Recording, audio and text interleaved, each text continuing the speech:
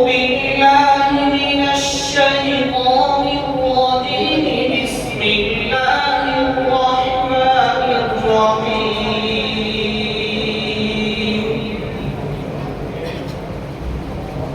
سبحان الذي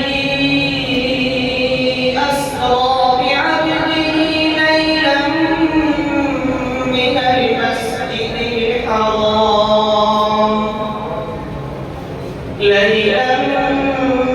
من المسجد الحرام إلى المسجد الأقصى الذي باركنا حوله لنريه من آياتنا إنه هو السميع البصير وآتينا موسى الكتاب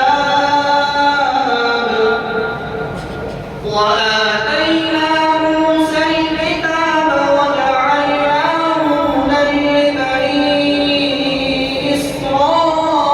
إسرائيل ألا تتخذوا من دوني وكيلا ذرية من حملنا مع نوح إنه كان عبدا شكورا وقضينا إلى بني إسرائيل في الكتاب لتفسدن في الأرض مرتين ولتعلن علوا كبيرا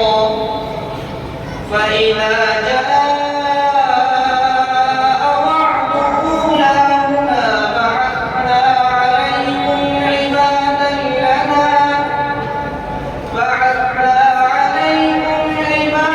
لنا أولي بأس شديد فجاسوا خلال الديار